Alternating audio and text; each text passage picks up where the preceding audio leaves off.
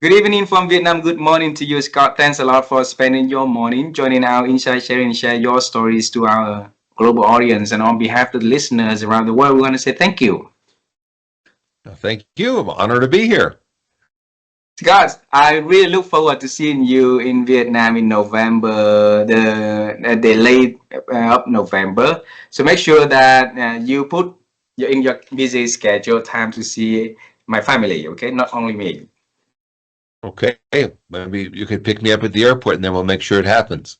No, just Absolutely, kidding. absolutely. No, we can, absolutely.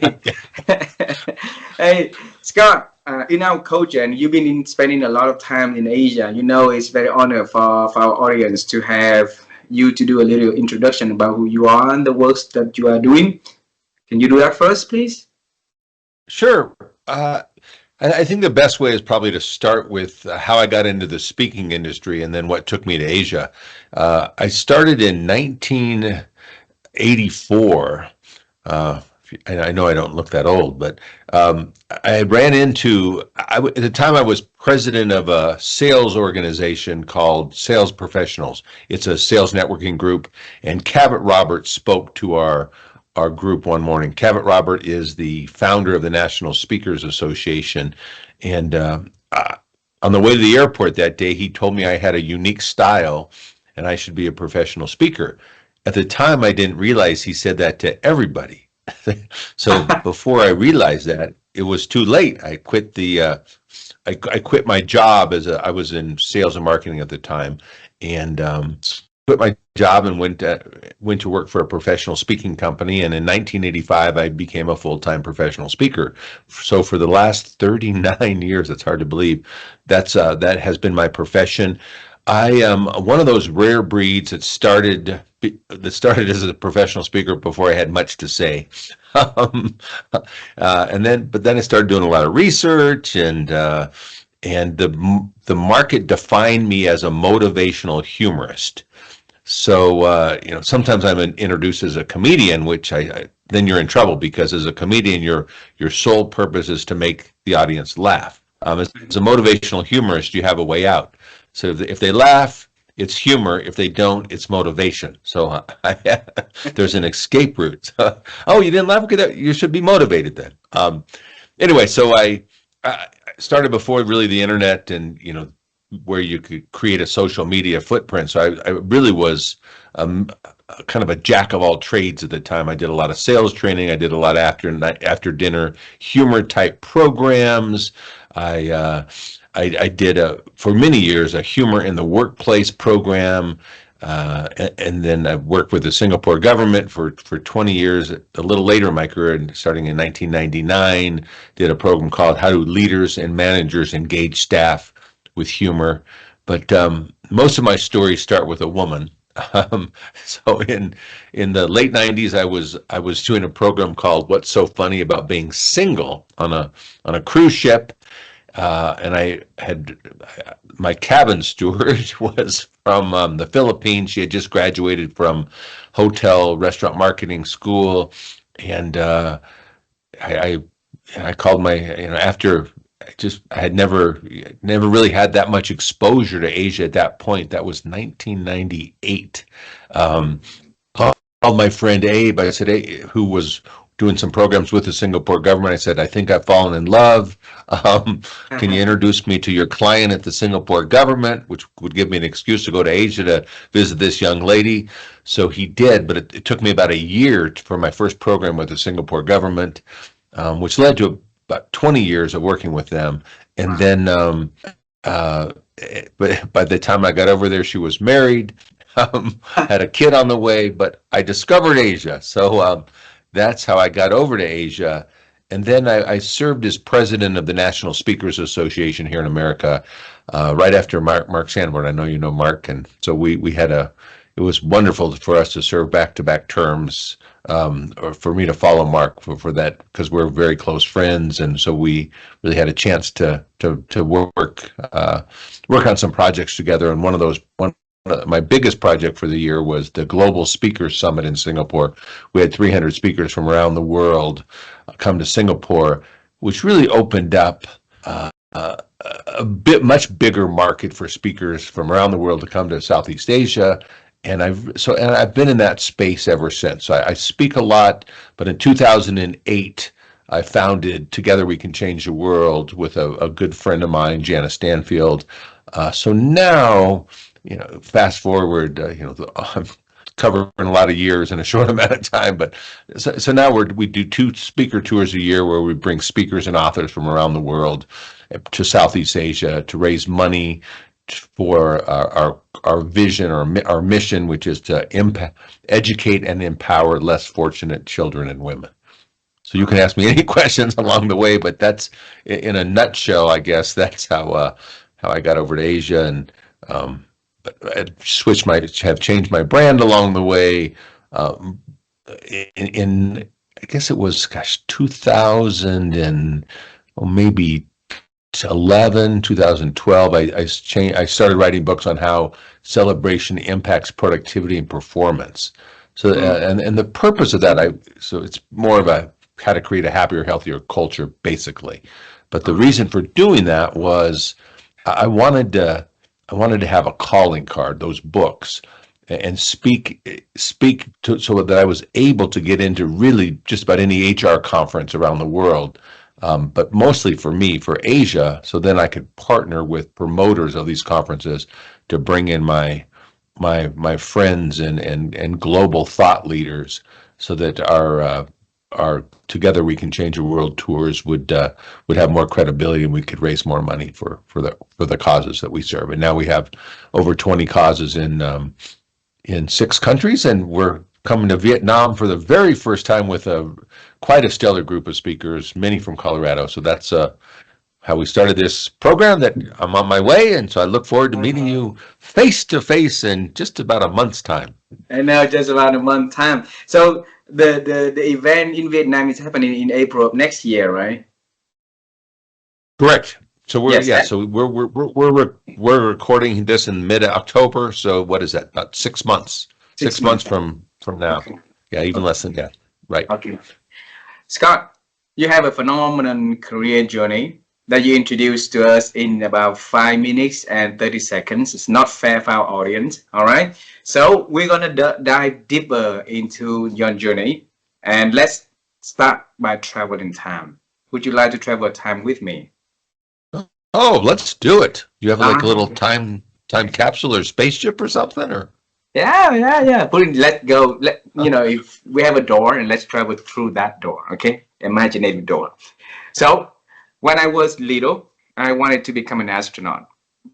I wanted to be an astronaut so that I can jump in different planets. Seems so cool, but life didn't give me any chance to do that. Except recently, I was the first Asian to interview General Charlie Duke, the youngest man ever walk on the moon. On the Apollo mission 16, and so for you, when you were little, what was your dream about the future works that Scott going to do? When I was young, I looked up to my father and my grandfather. My dad was in the real estate business in the fast food industry, and my grandfather had a printing company. So I got a real estate license when I was in college, and so I was going to go into work with my father. That was one good possibility, and then the other was to go to work for the family business, which was a printing company in Colorado.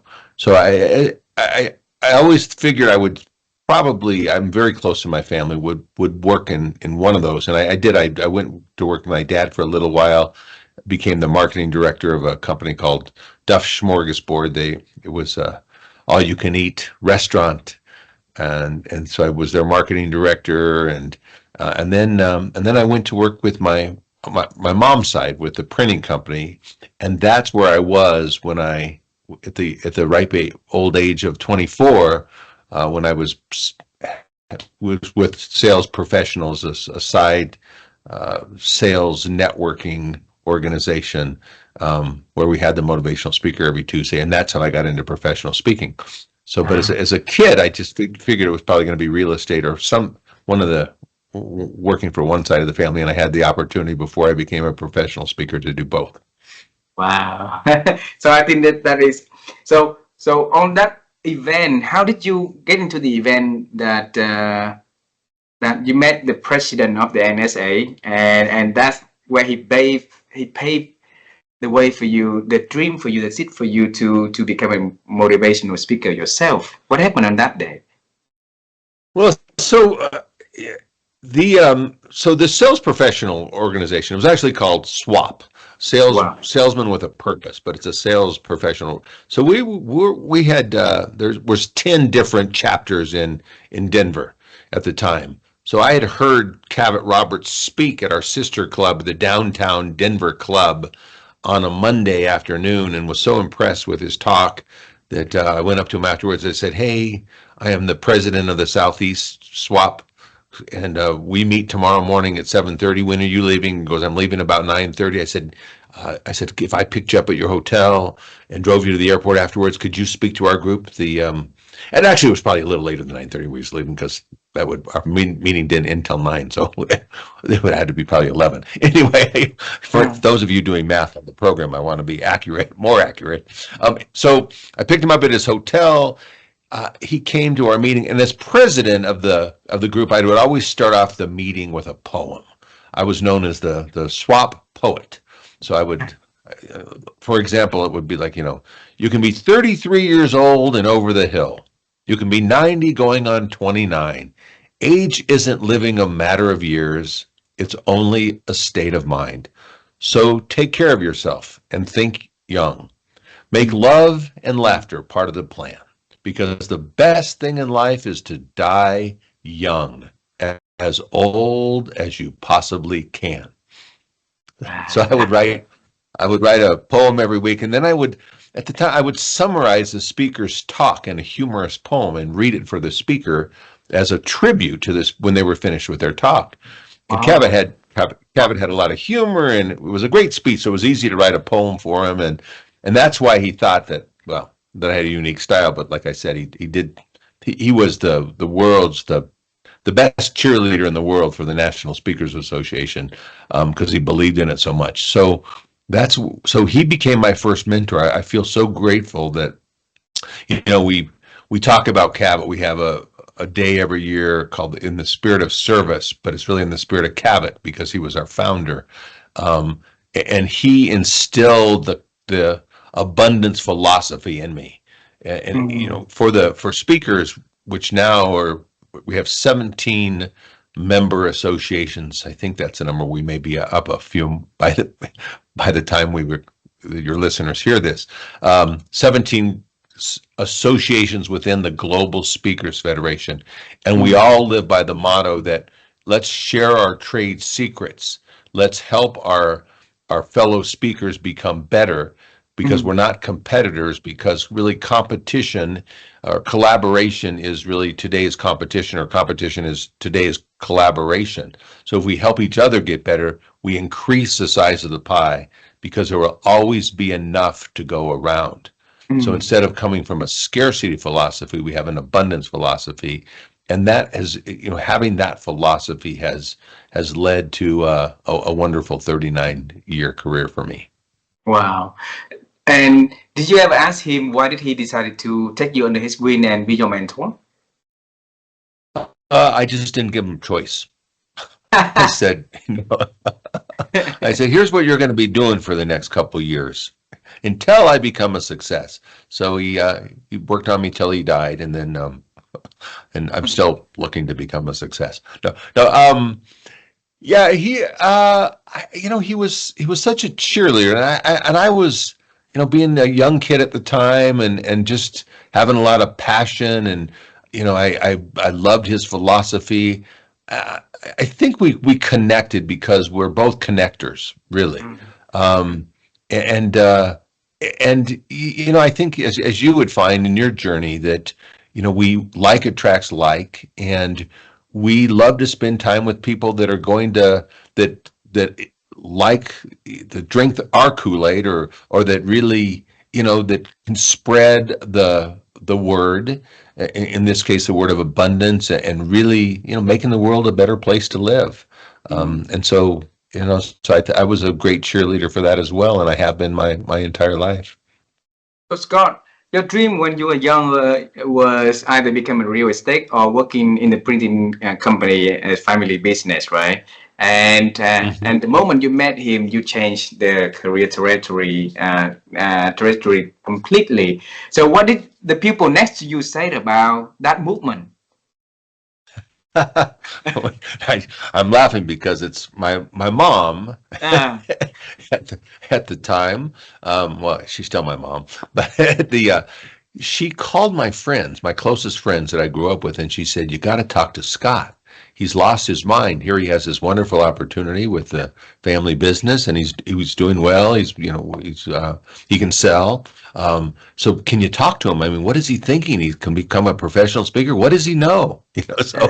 Um, most people thought I was fairly crazy to do this, but I didn't have kids at the time.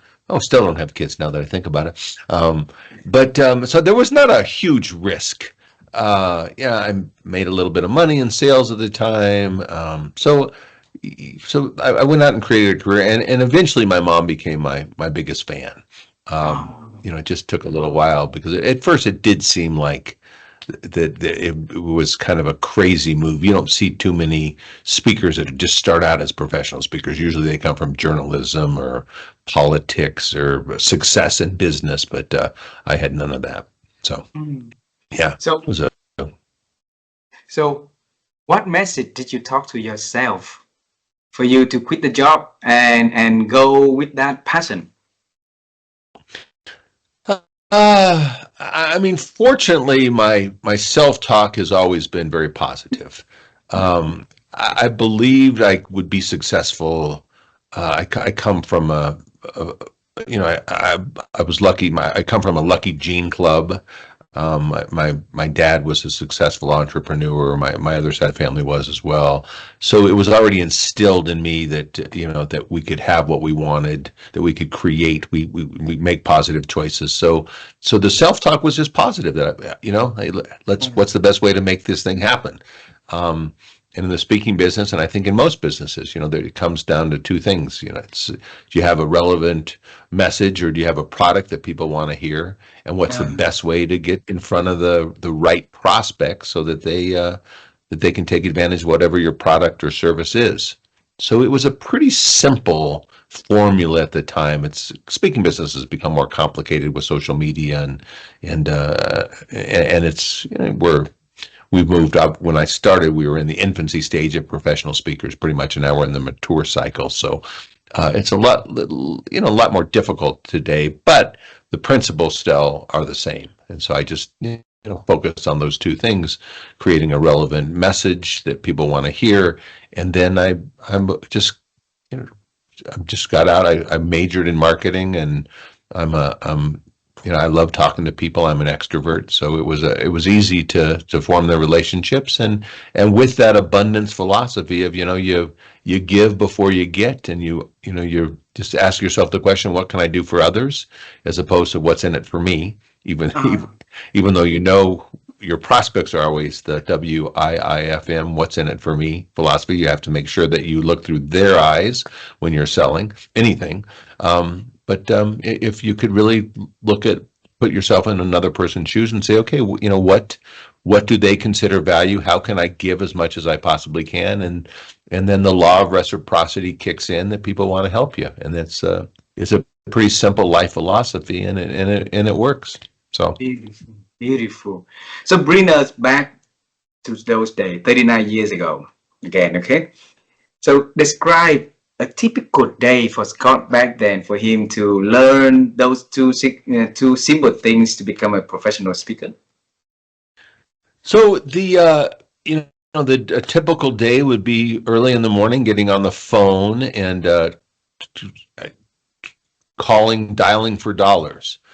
Joe Charbonneau, who's a good mentor, just that was a professional speaker. He had a formula that you made a certain amount of calls a day, and I'm not going to be able to remember the formula, but it was basically if you make 13 calls a day and you connect with 5 people, you're going to have one interested prospect or whatever. So it really was a lot of, in those days, my goal would be to send out 5, were they cassette tapes at the time? I think they may have been cassette tapes, or yeah, I think they were. No, you know what? They were They were the VHS tapes. Because I'm Oh. thinking back to my storeroom. Oh my gosh, yeah, they were. It's a good time Yeah, traveling, the right? old. Yeah, yeah. Thanks for taking me on this journey. Oh my gosh. Yeah, I'm thinking back to my storeroom was full of these VHS tapes. So my goal would be to send out, 5 of these tapes a day. And that's really, if you look at sales, it's and as I've always said, you send out as many ships as you can, and the ships start to sail back. It's a numbers game at the end of the day. So if I could just be on the phone, and then of course you hone your skills as you go along, and it takes a fair amount of calls, especially from a young kid who doesn't really have all that much to say, but if he can make you laugh a bit and think of a few ideas, then that's kind of how I started, and then hopefully today I have a little bit more wisdom. They say that with age comes wisdom, but sometimes age comes alone. But hopefully, in my case, there's a little bit of wisdom that I can share today. So tell us, who was the first officially paid client, My and how first, did you feel about it? Yes. my very first client was the Women's Bond Club of Colorado. They paid me $100. I'm very excited, obviously to get my first one, and of course, a little bit of fear that I wouldn't be worth my $100 at the time. But yeah, so that was my first, and then I went into the youth market. So I was young and could relate to youth at the time, and so I started speaking in high schools and did a lot with vocational groups like the Future Business Leaders of America high school vocational group, Future Farmers FFA, DECA. I had won in the first place in the nation in restaurant marketing at the time, and so that was an easy path to take as well. So Wow. Wow. And until when you realized that the whole investment got paid off? I think at one of these days it's gonna pay off. I think maybe I'm hoping a week from Tuesday it's gonna be my is when I realize. No, success. It depends on how you define success. Mm. Success is doing what my definition of success is really is doing what you love to do with the people that you love to do it with, making a difference in the world, and going to the places that you love to go to. Mm.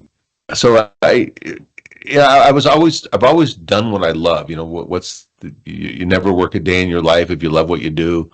So yeah, I've been a creator ever since I started my career. I used to teach a course called Technologies for Creating, which Mm. is based on the law of structural tension. If you know what your vision is, and you hold your vision in your mind's eye, and you're honest about your current reality, your path of least resistance will take you toward your vision. So I've always been driven by that principle of what do you want to do, and then basically how do you create the opportunities to do it. And a lot of times the process evolves organically, just because you hold that vision so tight that you know what you want. And so success, how I define it, has always come easy to me because I've defined what it is that I want and then Oh, gone out and got it. So wow. Alrighty. So next question is about the NSA. So when did you become the president of the NSA? uh, 2004, 2005 was the year I served. So that is after you went to Singapore. Yes, I had Oh, been. Yes, I had been by that time in Singapore for about 6 years, 5 or 6 years. Yes. Alrighty. So tell us, what made you to again travel to Singapore at the beginning? So yeah, it started as I told you with Maria was her name that she was the catalyst. We Maria. still yeah, we're still in touch today. I mean, it's fun to. I always blame her, give her credit for. I said, you may have broken my heart at the time, but you launched a career in Asia. So, yeah, I got involved. Well, when we were planning it was pretty early on in the growth of the Global Speakers Federation.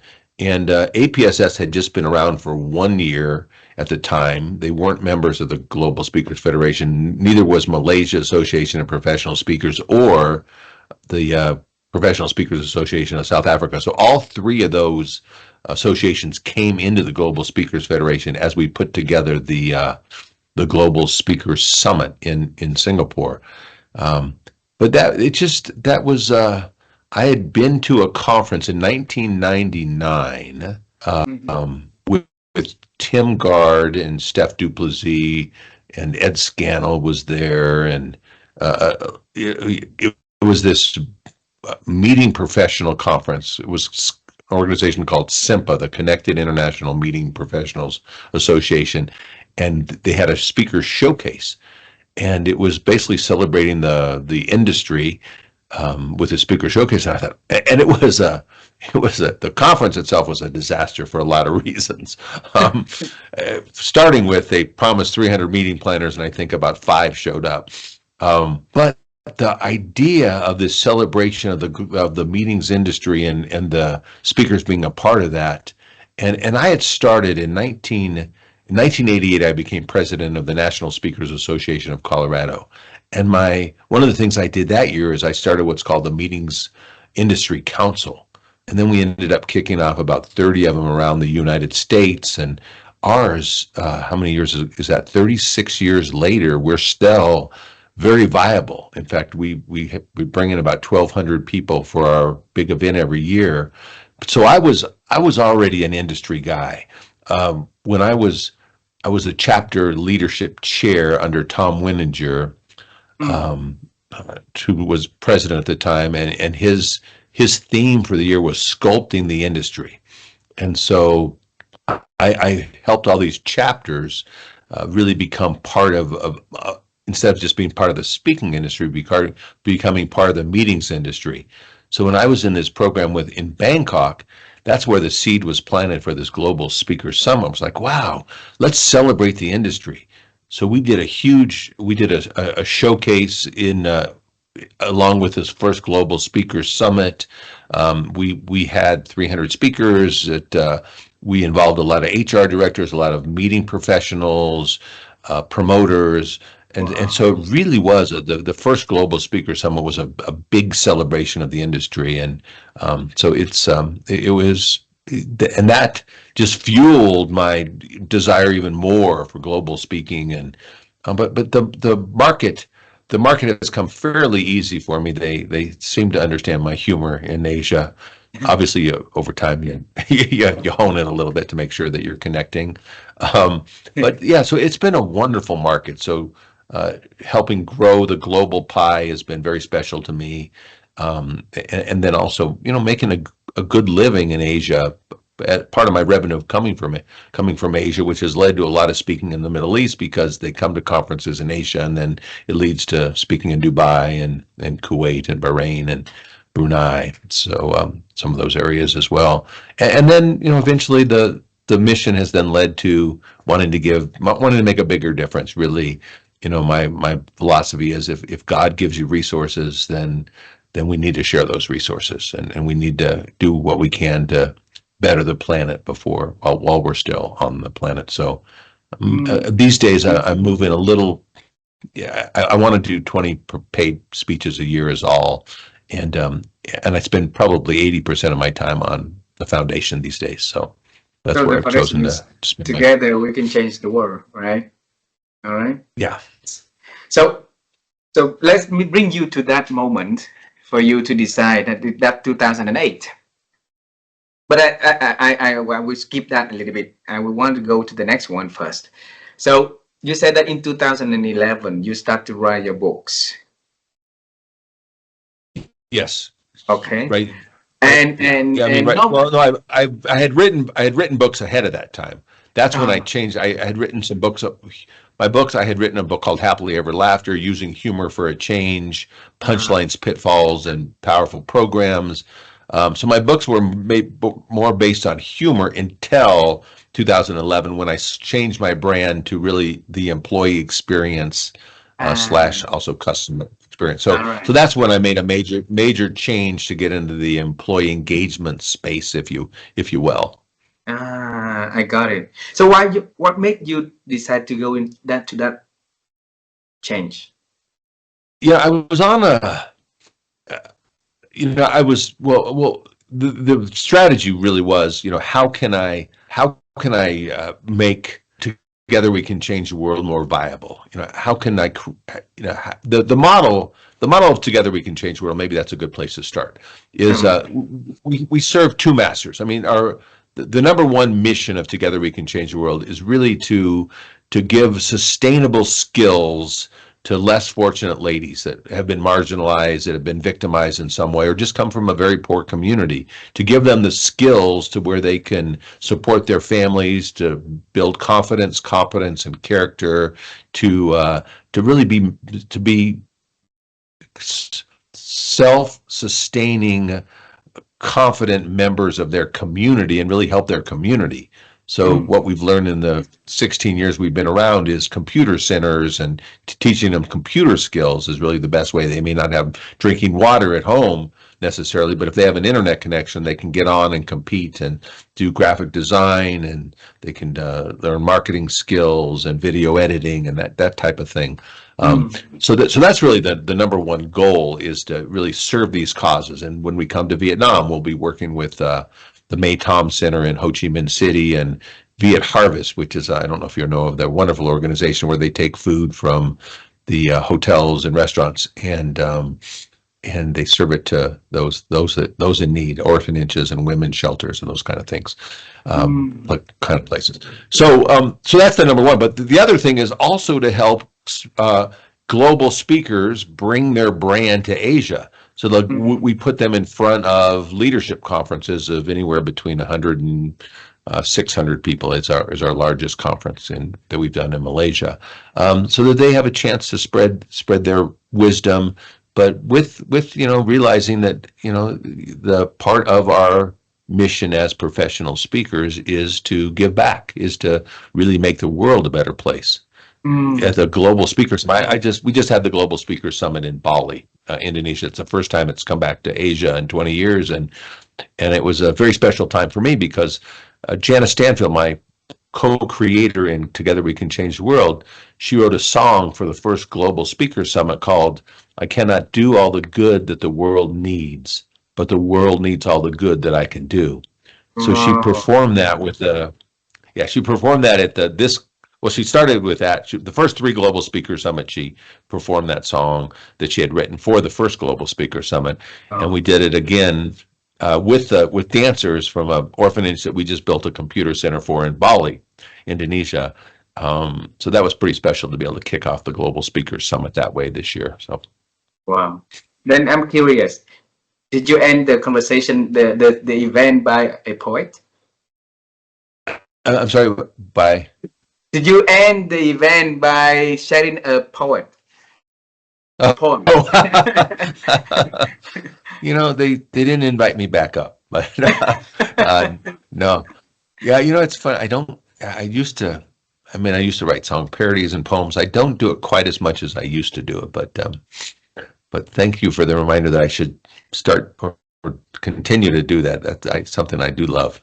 Yeah. What if you do it in April of next year when you come to Vietnam and start the event by a poet, or end the event by one, right? Yeah, it's funny. I spoke in Singapore last week, Mm.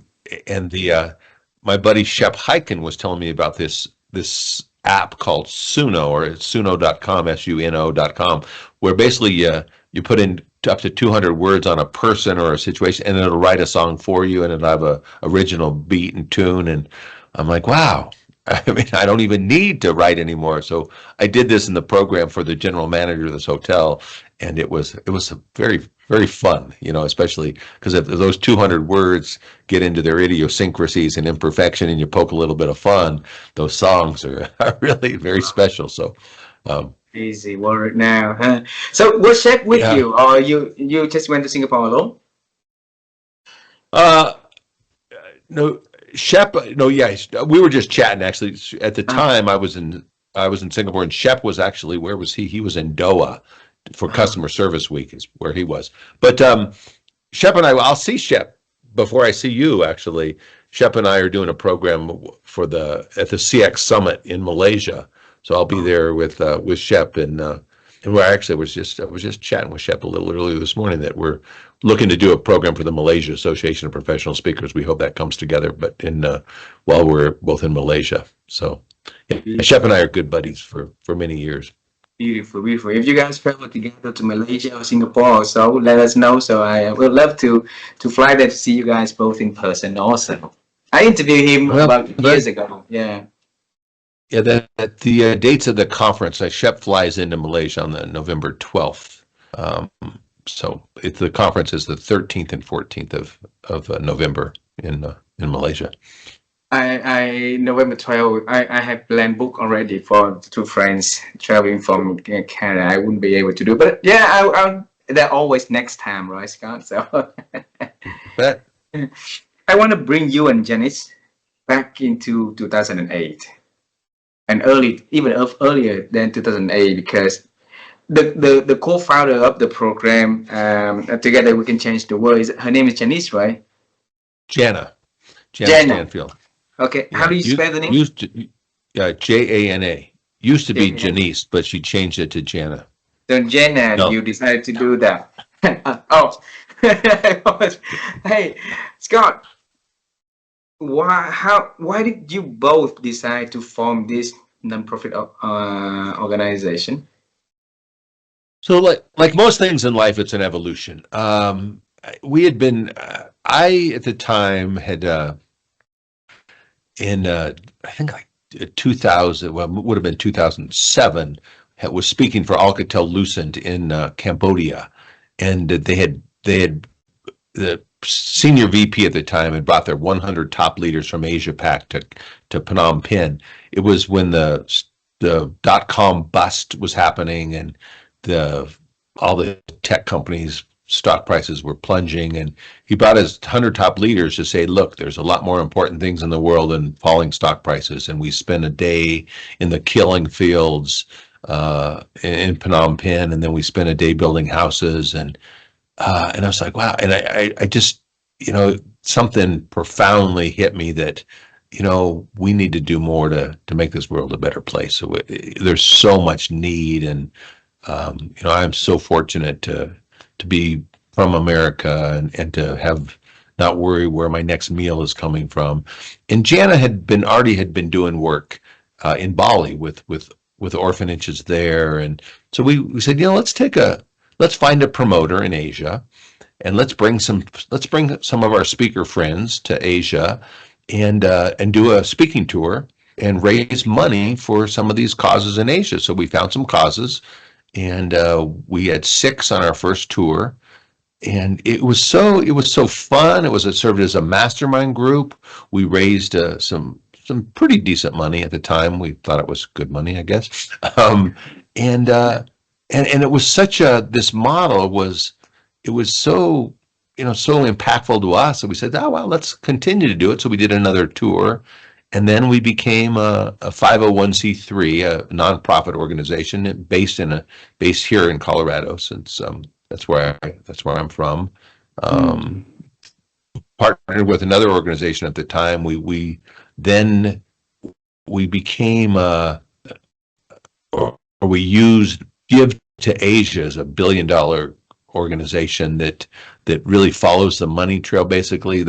So any money that we would give to these organizations, they would make sure that our projects got built or whatever, because we didn't really know we didn't know the landscape of the social enterprise and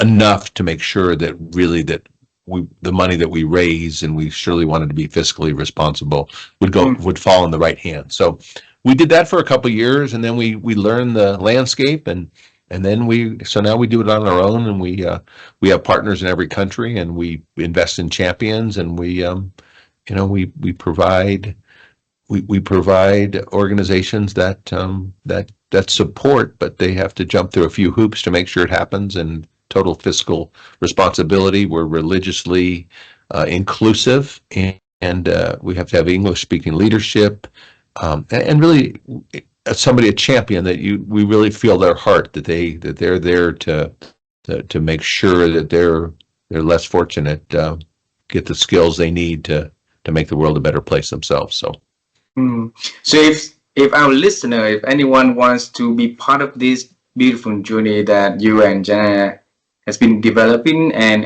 implementing, how could they take part of that? Probably the best way to do that would be to send me an email, Scott at scottfriedman.net, and then we figure out what may make sense and where they're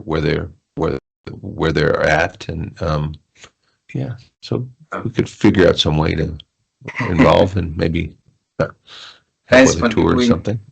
Thanks for doing that meaningful project for Asia, and Scott, we appreciate it a lot. And I hope that our listeners out there, when they listen to this, that can help them to having the same, calling to take part of this beautiful journey with you and Jan. Okay, I have a few last questions for this conversation.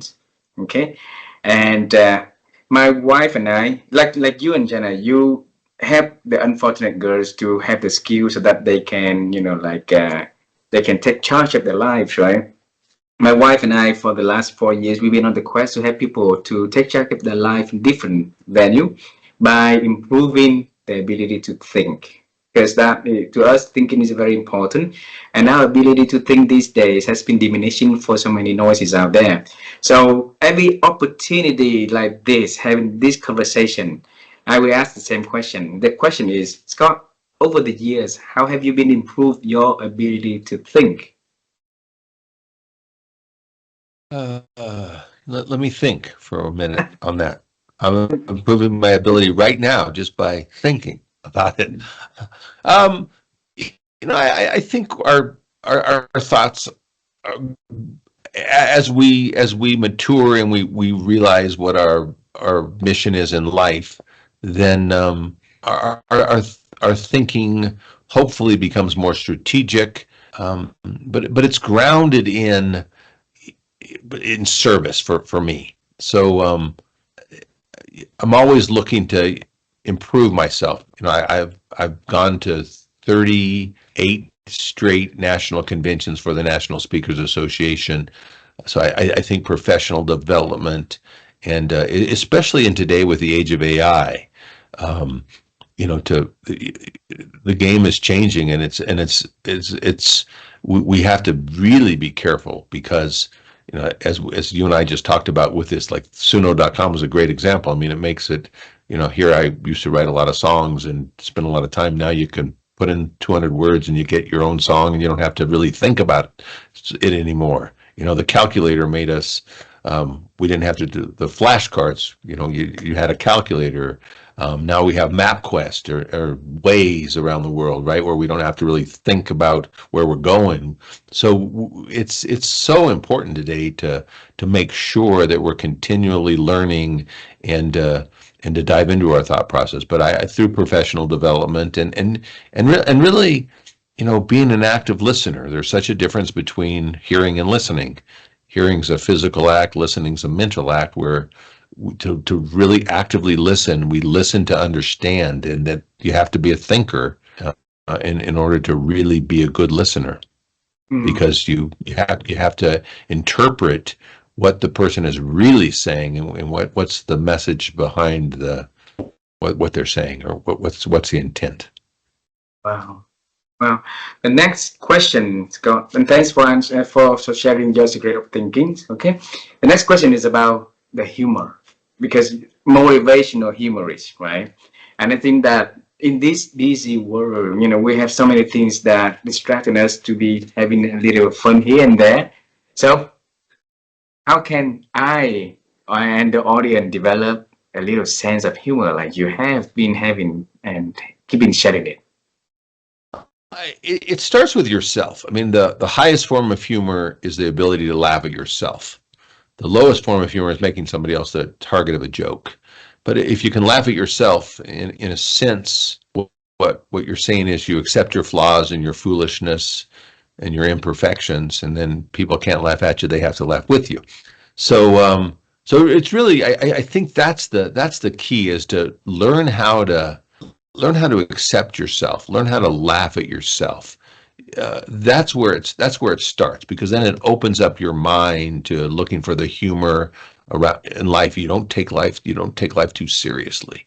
Um, um, so that's probably the you know, number one mission, if you're looking for more humor in your life, is really, how do we enjoy life?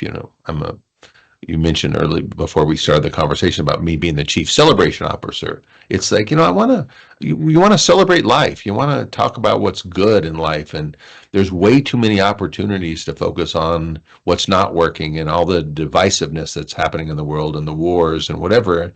I mean, if that's where we spend our time, then we're going to be fairly miserable. And that's why it's important to remember to celebrate life, we only have a certain amount of time on this earth. And so if we can take ourselves lightly, if we can find the humor in our situations. So first, it's finding the humor in ourselves and taking ourselves lightly, not beating ourselves up all the time. And then second is find the humor around us. If you look through the eyes of humor, if you look for what's funny about this or ironic, or then we find it. So we get what we focus on. And then our sense of humor develops. But in my first book, it was called "Using Humor for a Change." The premise of the book is the 1 minute humor break. So humor can be defined as pain, embarrassment, or stress. One for a distance by time. So if you look at what caused you stress or pain a year ago or 2 years ago, hopefully we can find some humor in that today. We can learn to laugh. But why do we need to wait? Why can't we change our emotional pattern while we're going through the stress? So that's the 1 minute humor break. So one example in the book is profanity with a twist, for example. So instead of when something causes you stress, sometimes we go, a swear word. Write down all of your favorite swear words on a piece of paper. Some people may need the back. And then you give each swear word a number, 1 through 30, 31 through 60. Next time something upsets you, and instead of screaming out the swear word, you just scream out the number. 3, 15, 7, shove a 2x4 up your 8. I've got your 11 right here. So you look for ways to, when we feel stress, is to change those emotional stress patterns. And we realize that stress is not an event. It's just a perception of an event, and we can use humor to color our perception of reality. And that's what we're really doing when we're using humor, is we're coloring our perception of reality. It's our reality. I mean, some people are terminally serious. Some people die at 50 and aren't buried until 90. So it really comes down to making a choice of what we want to focus on in our life. And if we look for the humor and we celebrate what's good, then we bring more of that into our life. Beautiful, beautiful. Imagine if people can have that sense of humor in their lives, how the beautiful world would be, right? How it would become. Yeah. So Scott, the last question is about the future.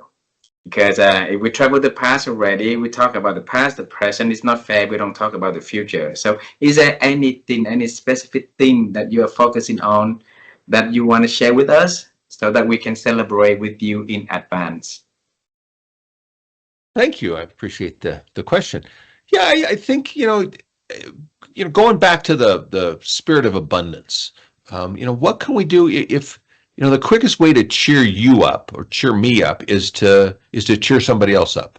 So really, as we focus on the future, let's find where our common ground is. Let's figure out a way to make each other's lives better. My legacy probably, and when I pass, is going to be together we can change the world, and the difference that I've helped to make in those that are less fortunate in Southeast Asia. So I think the mission is find out what you're helping others to really learn how to think better so that they can make better choices in life and have better lives. I think we all need to figure out what it is for us. And as my life goes on, that's my future is going to be, how best to use AI really into furthering our mission. I've been playing with it in programs lately, and it's a lot of fun, and it's it's pretty powerful stuff. So it's how do we use it as a tool for good, and make other people's lives, including our own lives, better. Absolutely, absolutely. Scott, share with us when you use that powerful technologies to improve the lives of others and how we can be part of that journey of learning and experimenting and growing together. Okay.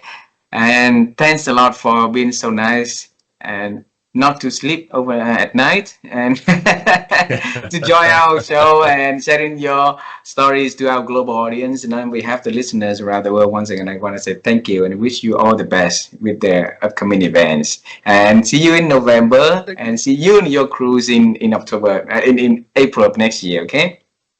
Fantastic. Look forward to collaborating in some way for good.